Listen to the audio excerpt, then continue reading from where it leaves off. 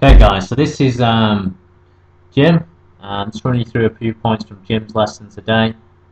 Jim was really struggling with huge slice and some shanking, some heel shots. Just struggling to get any compression or hit the middle of the club, and definitely struggling with lack of distance. That was one of his other main complaints. So let's have a little bit of a look at his swing. So first thing you'll notice about his setup is he's got very weak grip, especially in the left hand, incredibly weak. Now, in order to stabilize the release with a very weak grip, an awful lot of twisting has to go on. A lot of twisting has to go on with a neutral grip. So if the grip is weak, it's just huge, and generally will be too much for any amateur, unless you've trained it heavily since you were a child. It's just going to cause too much of a problem. So if we start to look at Jim's swing, you can see instantly, as soon as he starts to take the club away, the club face in the first few frames starts to roll. You can see the left hand and the left forearm is rolling, and obviously what that's going to do is it's going to encourage this club face to open up. One of the analogies I use when I'm teaching people is you never hit a 4-foot putt like this, so not too many people I know would hit a 4-foot putt like this, and you can see if you start to open the face how many issues it's going to give you in the downswing.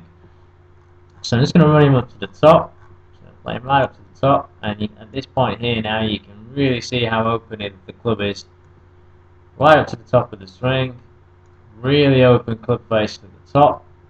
Now players that do have the club face in this position at the top, players on tour if you like, that have the club face very similar to this position on top, and have a very good release. Simon Dyson would be one that comes to mind, Andrew Lupe would be another one that comes to mind, Jordan Spieth would be another one. In the downswing, they start to twist the club back. So using a process called supination and left wrist flexion, they start to twist this club head back. I would say that no touring pro ever gets the club this far open, but they would start to twist this back, and you can see obviously through misinformation or no knowledge of this whatsoever, Jim just simply starts to pull down. Obviously he's going to come in very steep because he's battling this open club face. He's going to cast his arms out, obviously, because he's got to try and do something to shut this club face. But as we get into the ball, you can just see how he's coming down. This is so open. Obviously, the beauty of the camera, just allowing Jim to see that. Again, just watch that delivery position. You can just see how open the club face is. So what you're relying on now is how good your timing is. I never say to anybody that this is dead wrong and you're never going to get any better. Those are very rash statements to people, but all I say is you can see there's an awful lot of closing got to go on through this impact area here. You know, elite players, top players on tour do not have this much closing going on as they're hitting the ball. Especially the very powerful ones as well. Bear in mind that one of Jim's complaints was about distance. If he's having to wait for this club face to roll and shut, then obviously the body is going to shut down, he's going to slow down as he allows time for this club face to close.